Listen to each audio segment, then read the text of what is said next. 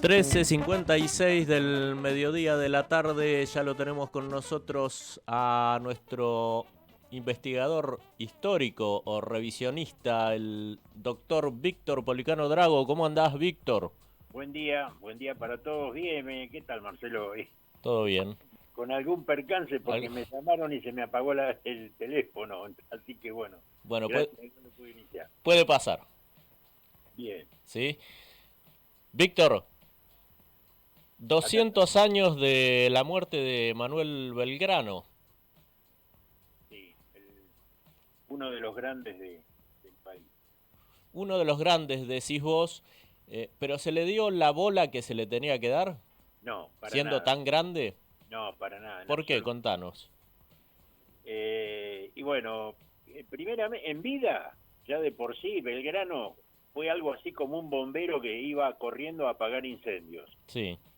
Porque cuando lo destinan al ejército del norte, el triunvirato, ¿por qué lo manda? Lo manda porque ese ejército está destruido, destrozado. Sí. Se perdió la batalla de Huapi, el ejército prácticamente está en ruinas, los hombres desmoralizados, ni uniformes tenían, ni hablar de armas, y necesitaban a alguien con ideas nuevas que le tratara de cambiar la cara, y por eso lo mandan a Belgrano. Y en el trayecto, bueno, te la hago muy corta esta, porque si no nos vamos a la pregunta, pero en el trayecto Belgrano crea nada más ni nada menos que la escarapela primero y la bandera después. Estamos hablando de 27 de febrero de 1802. Eso te iba a preguntar. La bandera en realidad fue el 27 de febrero. La bandera fue el 27 y la escarapela fue una semana antes. Bien. Y por favor que la gente se olvide eso de que Belgrano salió y miró el cielo y la nubecita blanca y el cielo azul celeste. Bueno. Los colores de nuestra bandera obedecen al hecho de que eran los colores de los Borbones. Ajá. Bueno. Víctor, vos sabés que ayer cuando estuvimos charlando, cuando arreglamos para que salieras al aire, varias cuestiones que no son muy visibles de Belgrano me llamaron poderosamente la atención en una nota que publicó Pacho O'Donnell, el historiador también, el revisionista, en el diario Clarín. Como por ejemplo que Belgrano fue uno de los primeros promotores de que se cultivara cannabis en la Argentina, ¿es así? Claro, en realidad te voy a explicar algo. A ver. Belgrano, cuando él llega de Europa, que llega nada más ni nada menos que con 6 títulos universitarios y sabiendo hablar alrededor de 7 a 8 idiomas, o sea que estoy hablando de un verdadero genio. Sí. Belgrano llega con una serie de ideas que principalmente es la promoción de determinadas industrias, trabajos, porque se necesitaba de alguna manera reflotar la economía de todos estos lugares. Una economía que estaba basada principalmente en recoger todo lo que se podía, llevarlo a España, y acá prácticamente no quedaba nada. Y Belgrano se daba cuenta de que la única forma de poder realmente progresar, sobre todo para los lugareños, y era realmente hacer valer todas aquellas actividades que se podían hacer acá. Y entre las cosas más importantes, Belgrano, o sea, a él le querían meter de prepo el tema de la ganadería. Pero Belgrano se daba cuenta que con la ganadería ganaban solamente unos pocos, era negocio de unos poquitos, de las familias más pudientes, siendo él oriundo de una familia importantísima y muy rica económicamente hablando, y se daba cuenta entonces de que en realidad lo que había que hacer era fomentar la agricultura y la industria, la fabricación, el producto agregado, el valor agregado. Con referencia a la industria, a la agricultura, perdón, él trata de fomentar sobre todo el cultivo de los principales cereales, de algunas oleaginosas, y del tema del cannabis. Él ya venía con las ideas que había visto en Europa del aceite de cannabis, que se utilizaba para un montón de cuestiones medicinales. O sea que el aceite de cannabis hoy se utilice, por ejemplo, para mitigar el dolor o para tratar de intentar alguna cura con el cáncer, no es de ahora, sino que ya es bastante viejo. Mirá que adelantado, Manuel. Eh, sí, en realidad él tampoco lo descubrió, sino que lo encontró y lo analizó porque se utilizaba en Europa eso. Bien, O sea, y cuando vino acá lo que quiso hacer fue imponerlo. está bien. Víctor, dos rasgos más que me llamaron mucho la atención en esta nota y que vos, bueno, siempre nos das ese manto de luz sobre estos temas que te tiro. Eh, Uno es el Belgrano que luchaba por la igualdad entre mujeres y hombres. Y el otro rasgo que quiero que nos muestres un poquito es el Belgrano periodista, que creo que fue censurado, si mal ¿Sí? no recuerdo. Sí, en varias oportunidades. Bueno, arranca por cualquiera de los dos que te guste. Bueno, vamos de entrada por el tema de la educación y la cultura. Belgrano fue el primero de todas estas tierras que habló de que se necesitaba educación y cultura para poder progresar. Y con eso lo que quería significar que lo que se necesitaba era que el pensamiento de todos los seres humanos fuera lo suficientemente amplio como para entender cada uno la filosofía de su propia vida. En ese sentido, Belgrano era un enamorado de la realización de escuelas. Fíjate vos, te voy a hacer un comentario, una pequeña anécdota, justamente hablando del tema de las escuelas, ¿no? A ver. Eh, Cuando el gobierno de aquel entonces en la Argentina a Belgrano le promete un premio de 40.000 pesos. ¿Sabés lo que eran 40.000 pesos en aquel entonces? Una fortuna. Le promete un premio de 40.000 pesos por haber ganado la batalla de Salta. Y Belgrano lo que le contesta al gobierno es que un patriota, por ganar una batalla para su suelo, no debía cobrar premios, pero en todo caso que se lo dieran porque él los destinaba a la creación de 4 escuelas. Una tenía que estar en Tarija, otra en Tucumán, otra en Jujuy y otra en Santiago del Estero. Yo te estoy hablando de la batalla de Salta, 1812. ¿Sabés cuándo se hizo la escuela de Tarija? ¿Cuándo? En 1974. Nada. ¿Sabés cuándo se hizo la de Tucumán? ¿Cuándo, Víctor? En 1998. Y la de Jujuy en el 2004. Bueno. No me preguntés por la de Santiago del Estero porque todavía no se hizo. No aprendimos nada. No, No evidentemente, aprendimos nada. evidentemente no. Bueno, y en Mirá, cuanto...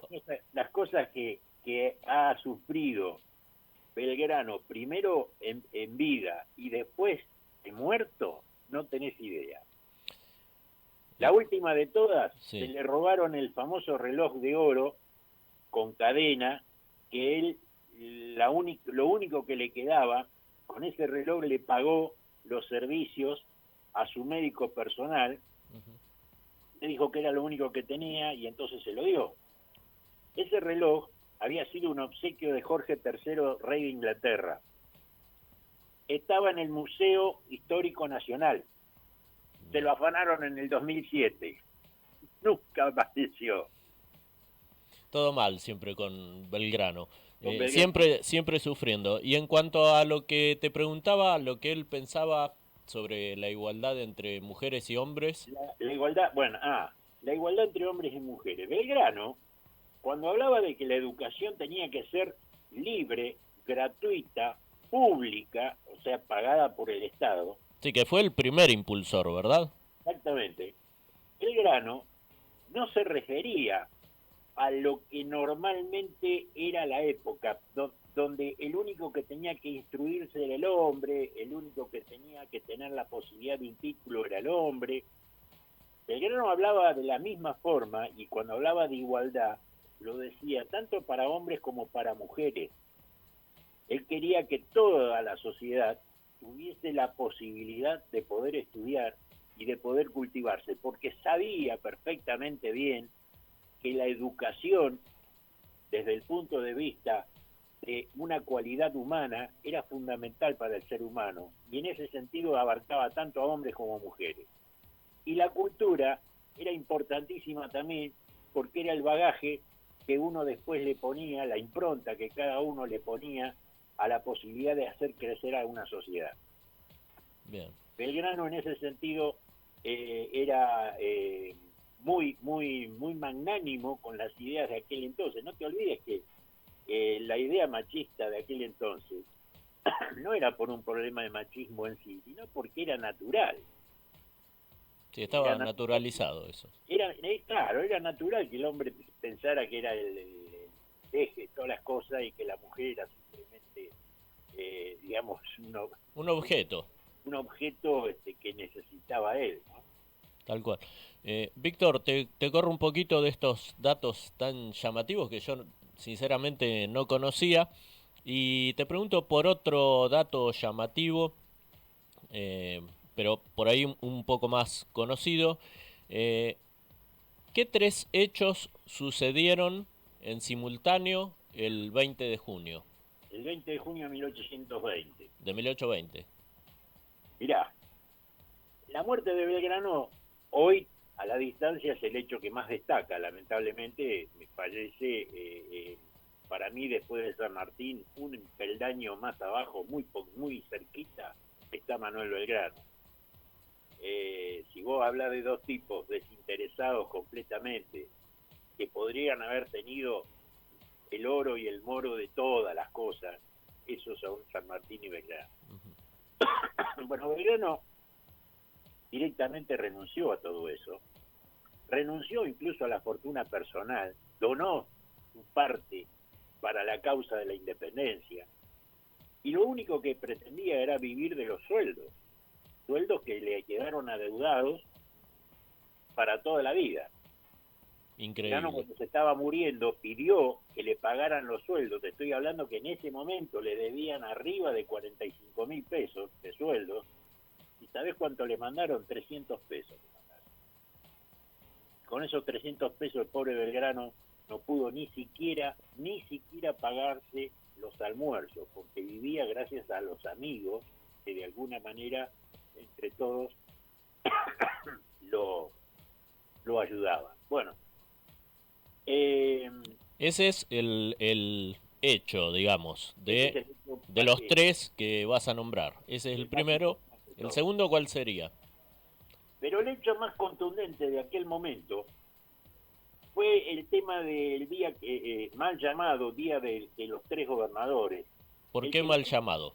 el que le puso ese nombre fue Ricardo Levene Padre 90 años después. Porque el 20 de junio, justo converge, por un lado, viene llegando Soler de la campaña que ha hecho con el ejército del norte antes de Huapi, y los hombres del ejército le dicen: señor, dice, usted tiene que ser el gobernador de Buenos Aires para poder ordenar todo este lío que hay, porque había, o sea, no te digo quilombo porque queda feo, pero había un lío terrible en Buenos Aires, Lo podés decir acá en Vortex. y había una anarquía espectacular. Vos sabés que la anarquía es la falta de poder, Tal cual. por definirla así muy brevemente, ¿no? Y bueno, Buenos Aires era justamente eso en ese momento, era tierra de nadie. ¿Qué pasa? Venía Soler entonces a hacerse cargo, impulsado por el mismísimo ejército, a hacerse cargo como gobernador de Buenos Aires. En Buenos Aires en ese momento existía una junta, que era la junta de representantes, que había sido elegida entre la gente del pueblo, y era mentira, lo habían elegido entre la gente más pudiente del pueblo, que eran los grupos de siempre que formaban los lobbies especiales de aquel momento. Bueno, la cuestión es que esa junta de representantes tenía como presidente a Zarratea, y por supuesto votaron favorablemente para que Zarratea fuera el gobernador. Resulta que Zarratea, cuando fue a buscar el bastón de mando al Cabildo, lo agarró el bastón de mando y estuvo una hora y pico más o menos en el Cabildo, hasta que se enteró que en el Cabildo el que estaba candidateado para ser gobernador era Ramos Mejía. Hmm. Y encima venía Soler y venía con el ejército. Agarró Zarratea, bastante miedoso, por cierto, directamente renunció y dejó el bastón de mando ahí en el Cabildo.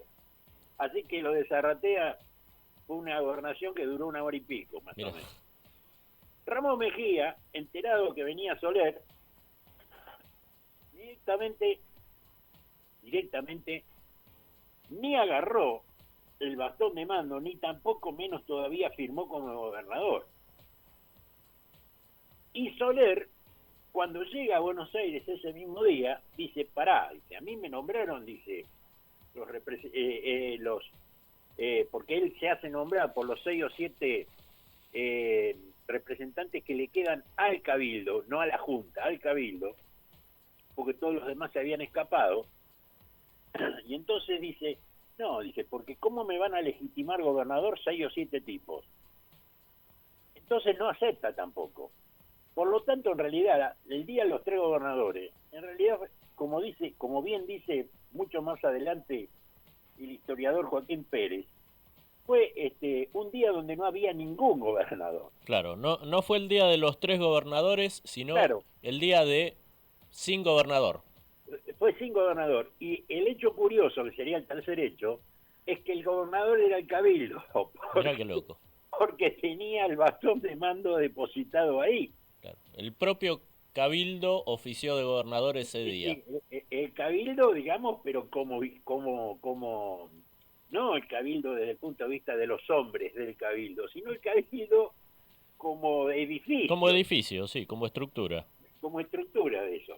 Bueno, O otro. sea que fue realmente una payasada. Recién el día 22, Soler sí se hace elegir por todos los manda a buscar a todos los representantes del Cabildo y a los representantes de la Junta, que ya estaba disuelta prácticamente, pero a los que pudo juntar también los trajo y bueno, entre todos lo nombraron gobernador a él. Bien.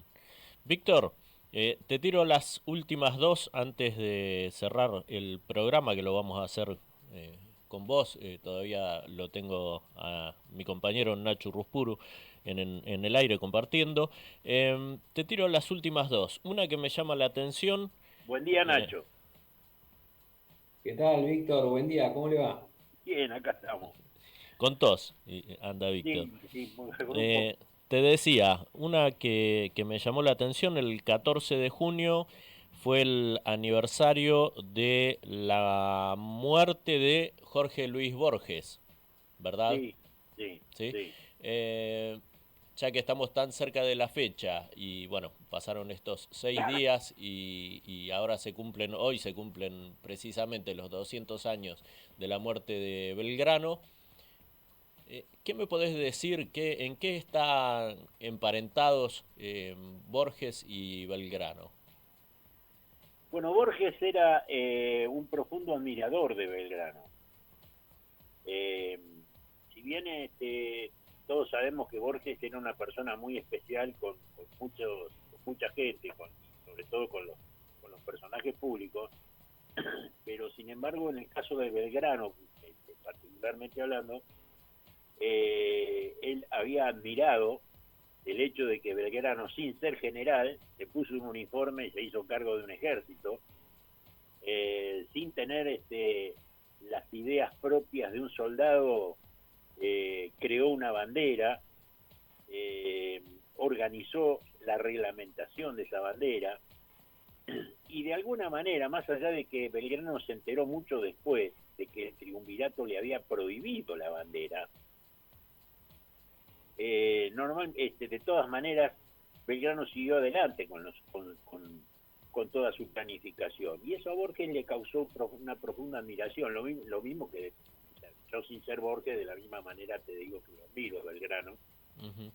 por todas estas cosas, porque había que tener una voluntad muy grande en aquel entonces como para decir, muchachos, vamos a dejarnos de jorobar, no peleemos más con la bandera española. Porque vos sabías que nosotros peleábamos contra los españoles con la bandera española. Claro. Y bueno, si vos querés un tipo con coherencia, andá y búscalo a Belgrano. Ahí está. Siempre fue lo más coherente que había. Y Bueno. Borges eso lo admiraba. Bueno, esa es la conexión entre dos personajes y personalidades tan importantes para Sí. nuestro país. Algún día, si querés, Sí. te puedo hablar, no te digo hoy porque si no nos vamos. Sí. Pero algún día, si querés, me preguntás, si tenés ganas, te puedo hablar de la tumba esotérica que tiene Borges en Basilea, en Suiza. Eso vamos a hacer en otra oportunidad. Quiero Te que... digo más, perdóname que te corte Sí. 2 segunditos. Te digo más, el mausoleo del general Manuel Belgrano, que atrás de eso hay toda una historia, Sí. también es esotérico. Y Bueno. está armado o sea, fue muy polémico, porque el mausoleo está en el atrio del convento de los dominicos en Buenos Aires, justo en la esquina de Avenida Belgrano y Defensa. Lindos temas dejaste Bueno. picando. Sí, Así que los vamos a tratar seguramente. Quiero cerrar con esto, Víctor, a ver si Sí. te animás. Y con esto, bueno, cerramos la nota y después saludo a mi compañero de programa Nacho Urrupuru y a Cristian y a Mariano. Si tuvieras que presentarlo a Belgrano hoy en un programa de radio, vos que sos además un admirador de él, ¿cómo lo harías? ¿Cómo lo presentarías? Y estaría llorando de la emoción primero, porque sería hermoso conocer a un tipo así, sobre todo teniendo en cuenta la mediocridad que tiene la Argentina. O sea, si uno estudia bien lo que significó Belgrano, realmente te va a dar cuenta de que era un fuera de serie. Uh-huh. Mirá, para que tengas una idea, cuando él vuelve de Europa, enseguida lo nombran secretario del Consulado de Buenos Aires, Sí. con todo lo que significaba el consulado. El consulado era prácticamente el ABC de la vida de Buenos Aires, porque todo lo que entraba y salía como mercadería pasaba por el consulado, todo lo que era exportación, importación. O sea que Belgrano manejaba técnicamente los fondos de todo lo que era la aduana de Buenos Aires. Y entre sus habilidades, el único que tenía permiso del Papa para leer libros heréticos en todo el territorio de los dos virreinatos del Río de la Plata y del Perú era Belgrano. Los libros heréticos eran libros que estaban prohibidos por la Iglesia. ¿Pero por qué estaban prohibidos? Porque tenían ideas, eran consideradas como diabólicas en aquel entonces. Entonces, el único que estaba autorizado para leer esos libros y para explicarle a la gente el diabolicismo que tenían esos libros era Belgrano. Bien. Por orden del Papa. Y querer presentar a una persona así, a mí me hubiera gustado enormemente, por supuesto, sería salir del tema. Me quedó por hablarte algo del tema del periodista. Bueno. Belgrano fue un gran periodista, de hecho fundó el primero de todos los periódicos de acá. ¿No? El primero de todos los periódicos no fue la Gaceta de Mariano Moreno, sino que fue el de Belgrano. Bien. Y una cosa que me preguntaste ayer, y ahora te vas a dar cuenta por qué no me acordaba el nombre. ¿Cuál fue el diario, el único diario, que recogió la muerte de Belgrano el 20 de junio de 1820? Ese diario se llamaba El Despertador Filantrópico Místico Político. Uf. Y Bueno, como para acordarse. Lo dirigía el cura Francisco de Paula Castañeda. Bueno, otro dato que no sabíamos. Entonces, bueno, Víctor, un fiel admirador de Belgrano sos. Sí, y sí, yo busco, yo sé que no tiene mácula Belgrano en ningún lado. Algunos tipos lo defenestraron tratando de decir que era homosexual. ¿Sabes por qué? Porque Belgrano tenía una voz más bien aflautada. Sí. Pero te estamos hablando de un tipo que, si él hubiera querido, hubiera hecho cualquier cosa. No te olvides que era uno de los 7 hijos de Francisco Belgrano, que en ese momento era la fortuna más importante de todo Buenos Aires y los alrededores, porque era un comerciante que había hecho toda su fortuna haciendo el contrabando comercial, Sí. cosa que no era mal vista en aquel entonces, el contrabando, porque en definitiva vos te hacías de cosas que eran inglesas y eran muchísimas más baratas las manufacturas inglesas que todo lo que tenías que comprar era español. Así que no era una cosa mal vista. Bueno, Y Belgrano era soltero, era una persona con mucho dinero y era pintón también. está bien. De todas maneras, si hubiera sido homosexual no hubiera tenido ninguna importancia. Tampoco, ¿Sí? pero Así que, digamos, para la época decirte que vos eras homosexual era terriblemente ofensivo. bien. Y eso lo dijeron sus detractores nada más, pero la realidad fue otra muy distinta. Tal cual. Víctor, cerramos acá. Por supuesto que en otra oportunidad te vamos a tener con nosotros. Se acerca el 9 de julio, así que en esa oportunidad vamos a volver a convocarte para que nos cuentes tantas cosas interesantes como lo haces siempre. Bueno, si me permitís 2 segunditos antes de saludar para despedirme, un feliz Día del Padre para todos aquellos que son papá o para aquellos que lo tienen, que lo quieran mucho y lo amen, Ujú.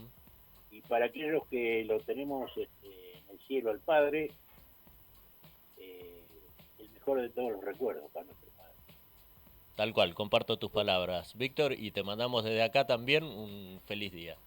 Gracias igualmente para aquellos que son papás. Bueno, gracias, Víctor.